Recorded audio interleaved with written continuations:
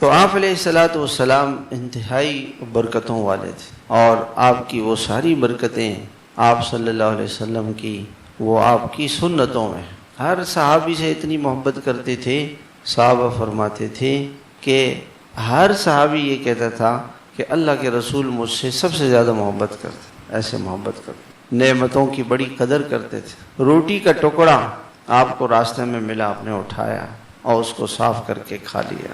اللہ کی نعمتوں کی قدردانی کرتے تھے، ناشکری نہیں کرتے تھے کہ اللہ نے بہت دیا ہے، اللہ نے سب کچھ دیا ہے۔ 2 مہینے آپ کے گھر میں چولہا نہیں جلتا تھا، تو کسی نے پوچھا کہ اماں جان گزر بسر کس پر ہوتا تھا؟ فرمانے لگیں کہ کھجور اور پانی، مگر زبان پر کبھی شکایت نہیں۔ ایک دن اتنا فاقہ تھا، آپ ایک باہر نکلے تو باغ کھجوریں ہوتی ہیں نا، گری بڑی کھجوریں ایسی جو جس کو کوے کھا لیں تو کوئی کھاتا بھی نہیں، اٹھاتا بھی نہیں، آپ اس کو کھانے لگے۔ صحابہ نے پوچھا کہ یا رسول اللہ آپ ایسی کھجوریں کھا رہے ہیں؟ کہا مجھے بھوک لگی۔ آپ ایک مرتبہ چارپائی پہ بیٹھ کے اپنا پیٹ اس کے ساتھ چارپائی کی لکڑی کے ساتھ لگائے ہوئے تھے، ایسے اس کے ساتھ۔ تو اماں عائشہ نے پوچھا کہ یا رسول اللہ کیا بات ہے؟ کہا بھوک لگی، بھوک کی وجہ سے پیٹ پہ کوئی چیز لگا رہا ہوں تاکہ بھوک محسوس نہ ہو۔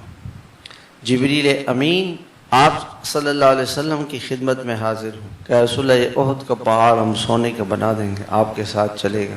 فرمایا نہیں، میں تو چاہتا ہوں ایک دن روزی ملے میں اللہ کا شکر ادا کروں، اور ایک دن فاقہ ہو تاکہ میں صبر کروں۔ تو حضور پاک علیہ الصلوۃ والسلام کی مبارک زندگی، اللہ نے ساری برکتیں آپ کی مبارک سنتوں میں رکھی۔